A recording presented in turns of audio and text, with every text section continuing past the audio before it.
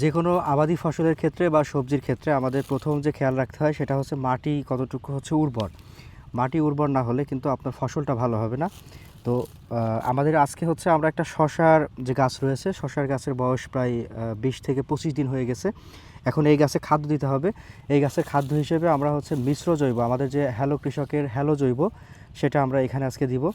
এবং রাসায়নিক ব্যবহার না করে আমরা এইটা দিব, কারণ হচ্ছে গাছের গ্রোথ বৃদ্ধি পাবে, গাছ সতেজ সবুজ হবে এবং ফলন বৃদ্ধি হবে।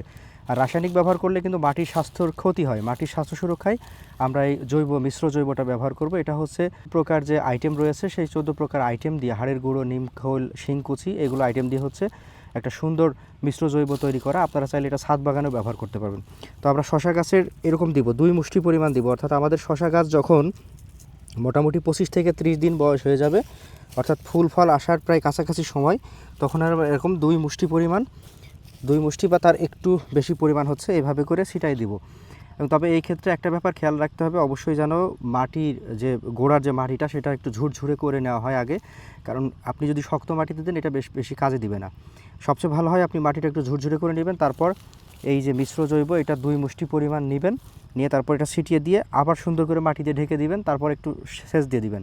এক্ষেত্রে এইভাবে যদি আপনি করেন আপনার রাসায়নিকের ব্যবহার প্রয়োজন পড়বে না। তখন আপনি এই মিশ্র ব্যবহারেই, শুধুমাত্র আপনার জমিতে মিশ্র সারের ব্যবহারে, জৈব সারের ব্যবহারেই আপনি ভালো ফসল তুলতে পারবেন।